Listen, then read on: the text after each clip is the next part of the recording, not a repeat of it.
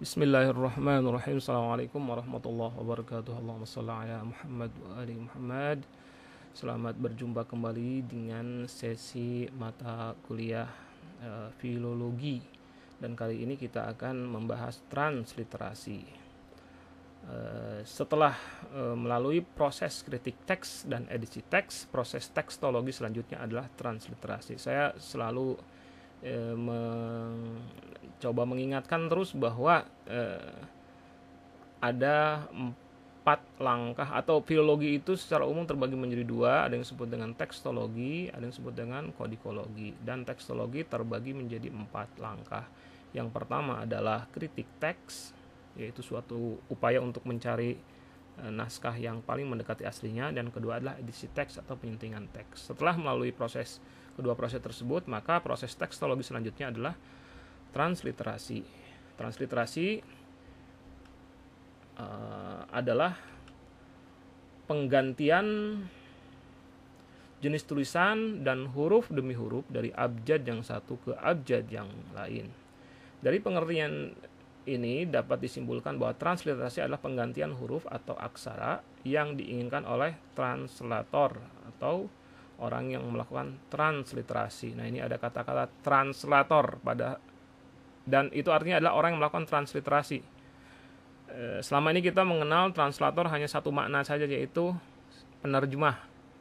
Nah, di sini kita harus mengurai dulu, melihat dulu apa bedanya transliterasi dengan penerjemahan. Dan secara sekilas transliterasi sebenarnya tentu berbeda dengan penerjemahan, meskipun keduanya itu berasal dari akar kata yang sama, yaitu trans dan later.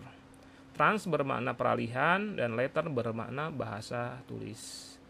Nah, bahasa tulis itu sebenarnya terbagi menjadi 2, ada aksaranya dan ada maknanya. Ya, terbagi menjadi 2, ada aksara dan makna. Aksara menjadi lambang dari makna yang dimaksud. Ketika yang dialihkan itu adalah aksaranya, maka proses peralihannya disebut transliterasi. Sementara itu jika yang dialihkan adalah maknanya, maka yang terjadi adalah proses penerjemahan.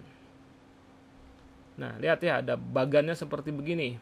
Beda penerjemahan dengan transliterasi. Nomor 1, asalnya adalah saya. Nah, ketika berganti hasilnya menjadi ana dalam bahasa Arab ini ya, saya jadi ana. Yang terjadi adalah peralihan makna. Maknanya saya dalam bahasa Arab ana. Nah, nama prosesnya adalah penerjemahan Indonesia Arab. Nomor 2, dari kata kolam menjadi pena.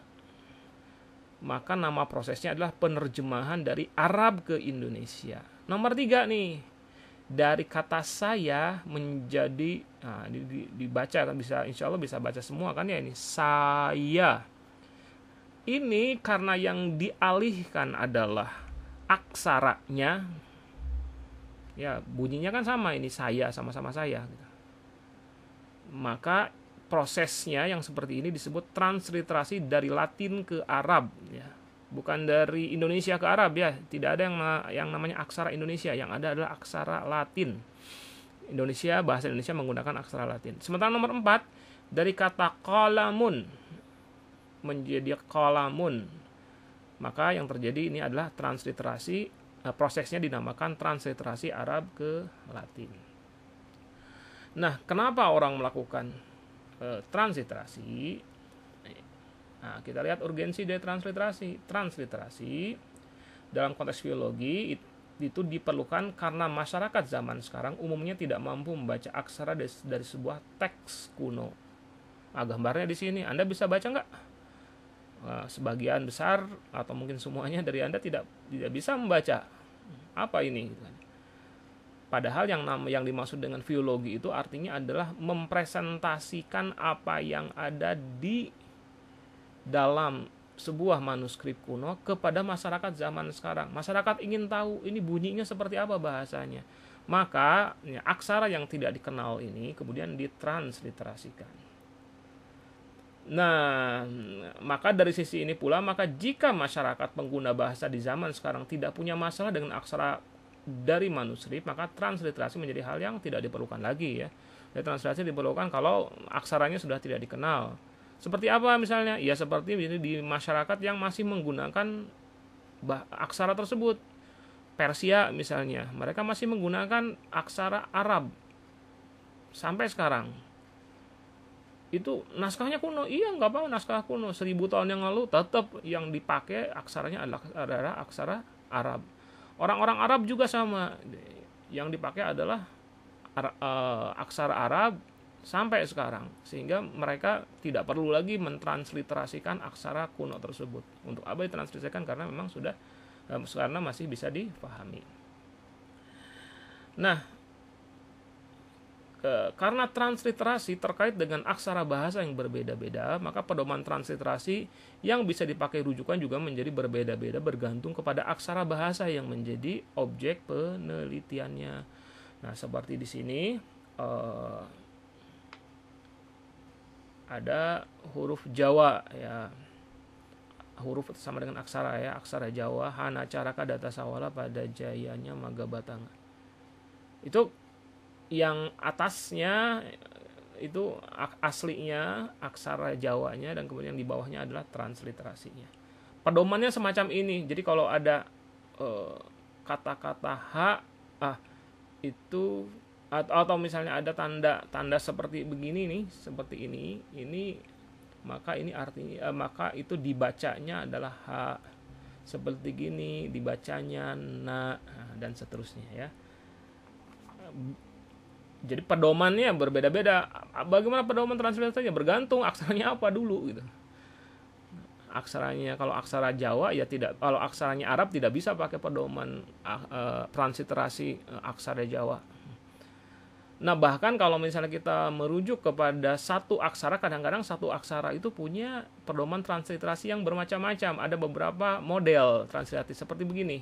Dalam aksara Arab ke Latin ya. Nah, Anda pasti mengetahui ya.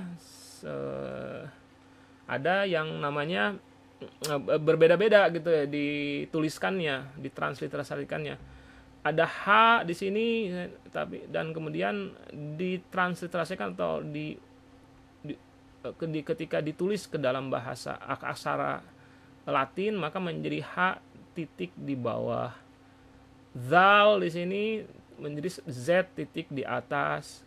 Sod itu S titik di bawah. Dod D titik di bawah. Sementara ada pedoman transliterasi lain yang lebih populer ya.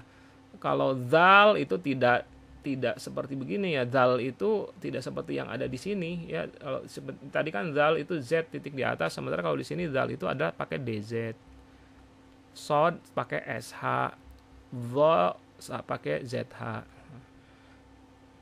Terus mana yang kita pakai? Ya bergantung.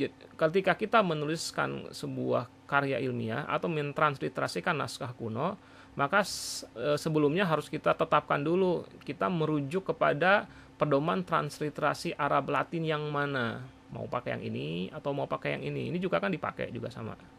Dan Anda juga mungkin menemukan yang lain, misalnya tha itu di tempat yang lain ada transliterasi yang lain itu pakai TH gitu. Kalau di sini kan tha pakai S titik di atas, di sini tha-nya TS. Di tempat yang lain itu tha itu adalah TH. Hadis gitu ditulisnya HADITH.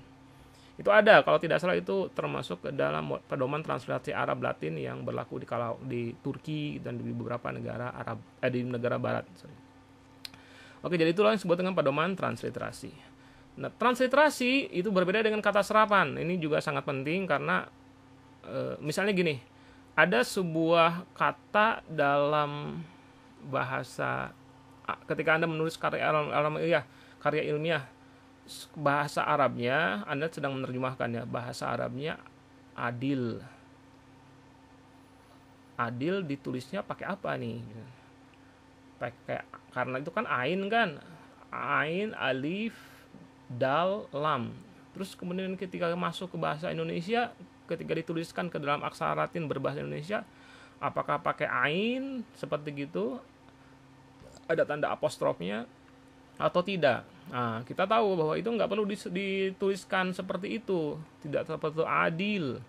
Tidak seperti begitu, tapi cukup dengan kata adil biasa aja. A D I L.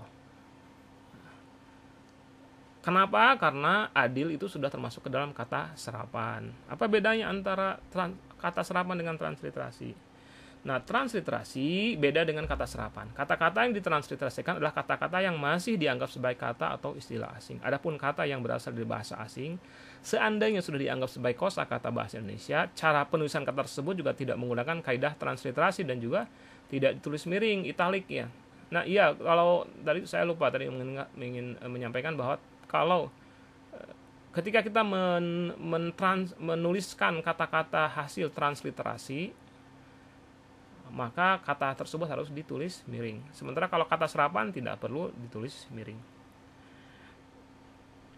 Nah, untuk mengetahui apakah sebuah kata merupakan kata serapan atau kata asing yang harus ditulis dengan menggunakan aturan transliterasi, kita tinggal mengeceknya di kamus, di KBBI. Jika kata tersebut sudah ada di dalam kamus dan tidak ada catatan sedikit pun terkait dengannya, maka kata tersebut adalah kata serapan. Artinya ditulis biasa aja, sudah dianggap sebagai bagian dari bahasa Indonesia. Tapi jika tidak ada di kamus, kata tersebut masih dianggap asing, maka harus ditulis dengan cara transliterasi. Nah, kata serapan itu sendiri ini sebagai sebuah wawasan ya, bagaimana kata serapan itu muncul. Kata serapan adalah kata yang berasal dari bahasa lain, bisa jadi bahasa daerah, bahasa asing, luar negeri gitu ya, yang kemudian ejaan, ucapan, dan tulisannya disesuaikan dengan penuturan masyarakat Indonesia untuk memperkaya kosa kata. Setiap masyarakat